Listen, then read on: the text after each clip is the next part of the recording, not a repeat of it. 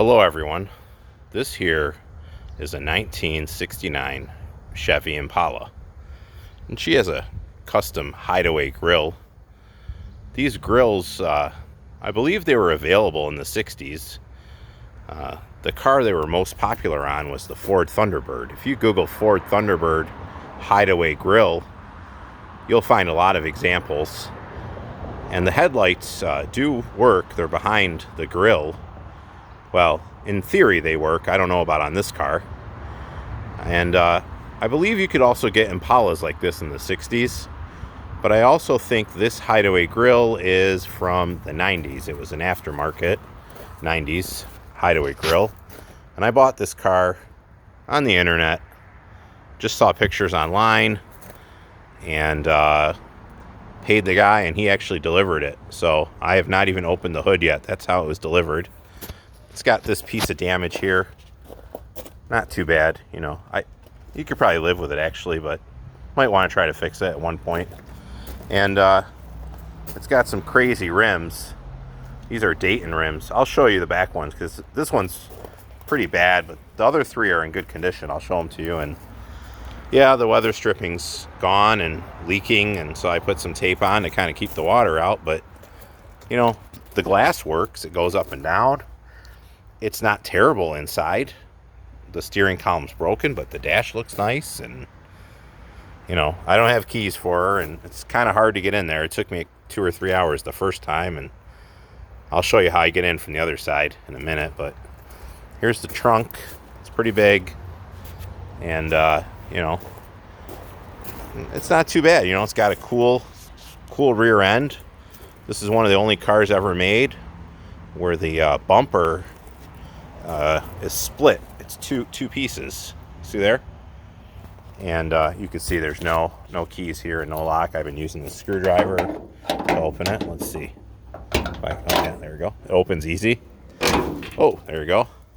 And I do have. I mean, I'm storing some of my stuff for other projects in here, and it opens pretty easy. I did grease those hinges, and it's pretty good. There's not a ton of rust. There's a, you know, you can see some sunshine. There's a little piece, and there's some custom bracketry in here. I think they had subwoofers or something, and this is the rustiest part of the car.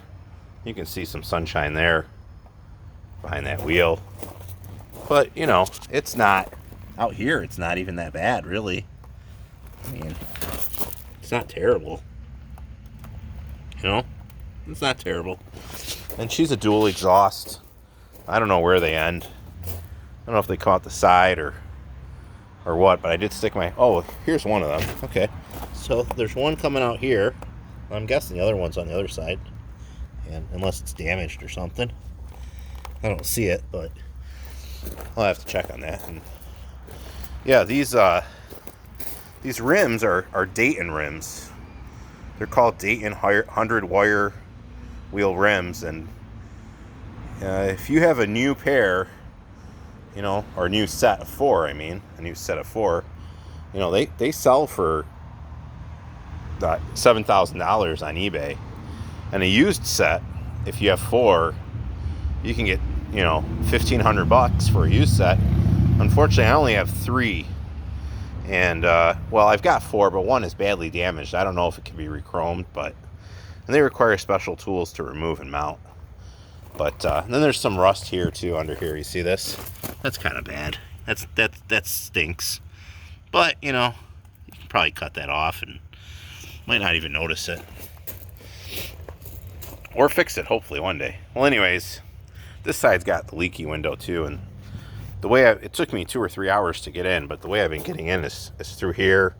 It's missing the lock. Well, there was a lock in there, but I started fiddling with it, and it fell out, and then I was able to reach in and hit the latch. There's a latch here. It took me about 2 or 3 hours the first time to get in, but once I got in, I greased everything, and now I can get in. It takes me about 15 minutes of poking around in here to get the latch to release, but you can see it's not terrible inside. I mean, there's the back seat. The back seat is down because I'm trying to air it out and dry it out. The back seat looks fine. Only really bad thing is the driver's front seat. It's been reupholstered. This is not the original upholstery, but it's been reupholstered, and you know, I think you could just cover the bench with something and you'd be okay, you know. And I think it's a 3 or 4 speed automatic on the dash there. Not sure. I got something in there to try to suck out some of the moisture, and the glove box doesn't close. The whole interior of it is missing. And they broke the steering column, which is unfortunate. There's just wires everywhere. I don't know what that's about. But anyways, I figured I'd show it to you guys before the top's kind of rough, you know. Parts of it are rough. There's a hole here that needs to get patched. Figured I'd, you know, maybe walk you guys around before I, you know, pop the hood here, and was going to try to change the oil, and I already got underneath it, and the radiator is completely disintegrated. The radiator is really, really bad, and they've capped off the transmission fluid lines. So the fact that somebody capped those lines off makes me think that someone was working on it. Well, obviously somebody was, because somebody capped it off. So it'll be, you know, it might run. I don't know. There's a Fram oil filter down there. I don't know why people always put a Fram. And surprisingly, there's a lot of space. I can just slide under there. I think I can do the oil change without even jacking it up. That's going to be the first thing I do, is the oil change. And the belt looked okay. So anyways, I'm going to try to pop the hood here, and we'll see what happens.